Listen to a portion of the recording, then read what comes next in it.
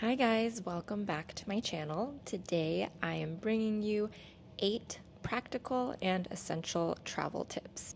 Before I start, my personal preference and opinion on my travel may be different than yours, so keep that in mind when hearing out my tips.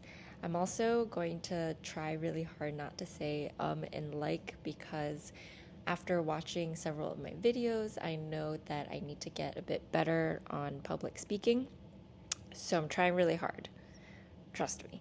Okay, my personal preference for travel is, well, Kevin and I's personal preferences, we rank food and beverage first before anything else. So that's like exploring restaurants, bars, cafes. Food is our priority. So that is ranked number 1. That goes before sightseeing, shopping, historical landmarks, physically active activities.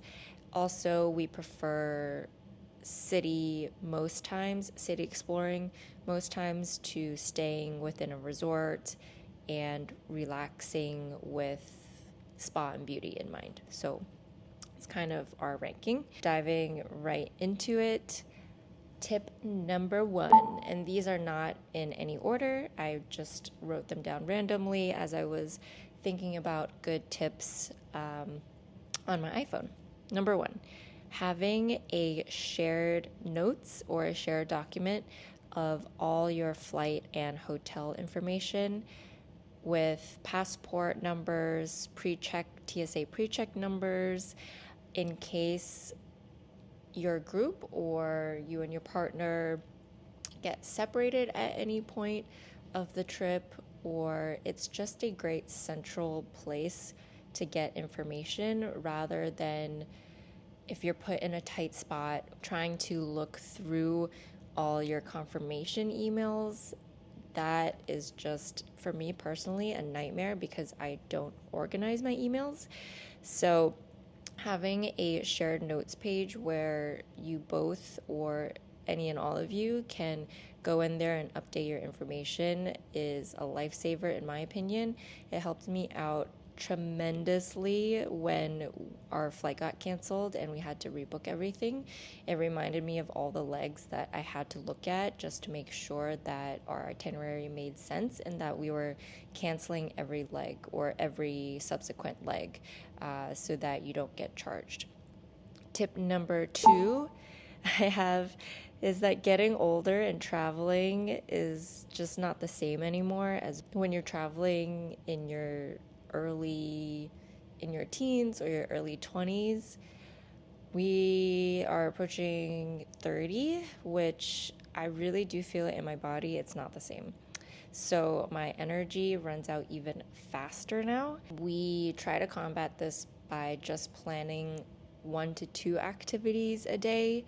I know sometimes you don't have the luxury to do that because your trip might be short, but for us to fully enjoy our vacation, I would recommend planning just 1 or 2 activities a day and then leaving a cushion or building in some time for a nap in the midday. And look, if you're feeling good that day and you want to blow through those couple hours that you allocated for a nap, that's even better. You get to do something fun and spontaneous, but you have the time built in to not feel bad and go home and kind of like freshen up or lay down and rest your bones. Okay, tip number 3 is having a shared iCloud photo album. This, I think, is a really fun part for me for traveling, and I like to do it amongst a couple of friends, especially those who aren't coming on your trip. So I think there's pros for both, for inviting people who aren't coming on your trip and obviously inviting people who are on your trip, because the first one is that you get to loop in your friends, and a lot of times I feel overwhelmed with having to remember every single detail and recapping my trip when I come back to multiple people. So this way they can follow along your journey and adventures, and it gives them the opportunity to like, comment specific photos or videos, and just keep up to date with what you're up to, so you don't feel like you have to dive into every single detail when you come back. The other one is having a shared album with the people, obviously, that you're traveling with. And I like this because you don't feel the pressure to capture every single moment. If you're at a dinner and someone else loves taking food pictures, just let them take the food pictures. They can bring out their phone, have all the photos taken of your meal, and they'll upload it, right? So you get really fun perspectives from different people in a shared iCloud photo album, and then you don't have to keep bugging people, hey, can you send me that group photo? Can you send me this or that? It's all in one place, and you can download it from there. Also, I think, especially coming from me, I'm organized outside of my personal life. Personal life, I'm not organized.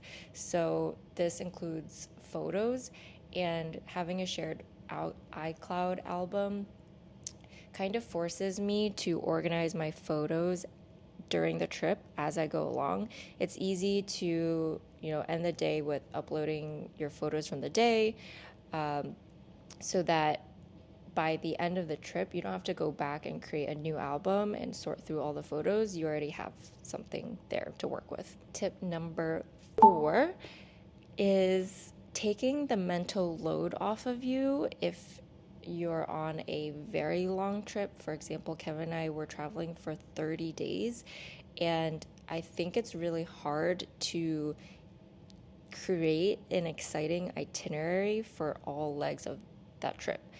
And it takes a lot of mental work to sort through, research, and craft something that is really to your taste.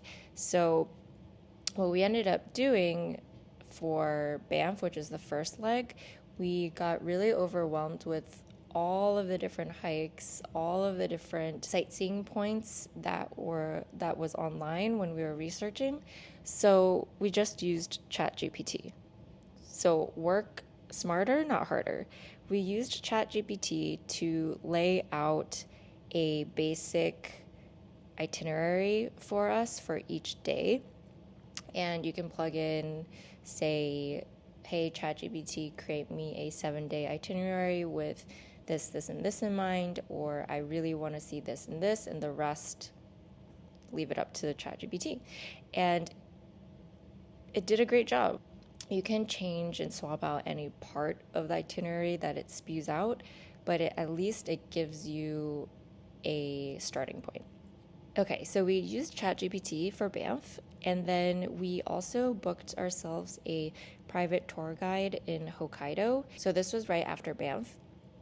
Our first 2 days, I booked us a private tour guide who would pick us up from where we're staying, drive us around, explain to us all the sights that we were seeing, and then bring us home at the end of the day. Maybe because I'm getting older, but I personally really liked this setup because, again, it takes the mental load off, and we were just coming from a lot of hiking, a lot of physical activity, where we're kind of tired and we'd rather have information or things fed to us or being led by someone and to actually do the leading. The rest of the trip, we ourselves planned out the itineraries. I personally felt that was a good mix of having more of a structured itinerary and then having a more loosey-goosey itinerary. This is a good one for all you overpackers out there, or it could just be a gentle reminder, a gentle nudge for you.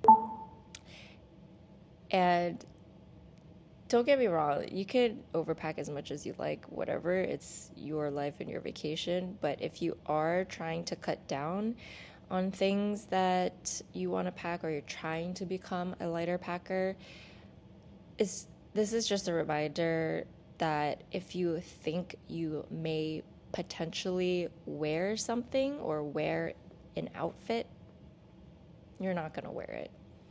Just put it back in your closet. Don't even take it off the hanger. You're not going to wear it. Because I find that I just gravitate to obviously what's comfortable. And if you're jumping to multiple locations back to back, I personally don't want to unpack every single time. So I just grab what's on top or what I can easily access from my suitcase instead of just dumping everything out and then having to repack again in 1 or 2 days. If you're thinking about bringing those really cute pair of boots that you might wear for one photo op, don't pack it. You're not going to wear it. In the moment, you're going to say, okay, I'll go with my sneakers, or I'm just going to wear what I wore yesterday. Disclaimer, this only really works if you book hotels or Airbnbs or homestays that have a washer and a dryer, and this goes for longer trips. Kevin and me personally, I love Airbnbs because it gives me the home feeling, and most times you have a washer and dryer so that you can make whatever you packed go for longer. I think we're nearing the end. Tip 7, this is all mindset, and I've spoken about it in my August recap diaries video. You have to roll with the punches. You have to go in knowing that things will go wrong or will not go your way or just won't go as perfectly as you laid out in your head. Just take a deep breath, mentally prepare for that, and you'll be good. When things pop up, you'll be like, I knew this was going to happen, whatever, right? And move on. So roll with the punches, and also keep some routines or resetting routines in place when you're traveling. For example, if you're on a very long trip and you're feeling homesick, you're feeling out of touch, ungrounded, or just in a funk, it's probably because you're not doing your normal structured routine. So introduce or build in some free time for yourself where you can potentially go on a run. That's a good way to get your exercise in. Also a good way to explore some of the neighborhood or the city that you might not otherwise get to. And other examples are doing laundry, journaling, making the bed in the morning, doing stretches and yoga. That I feel like always resets my body or eases it a bit and makes it feel like I'm home doing regular things. Was that tip number 7?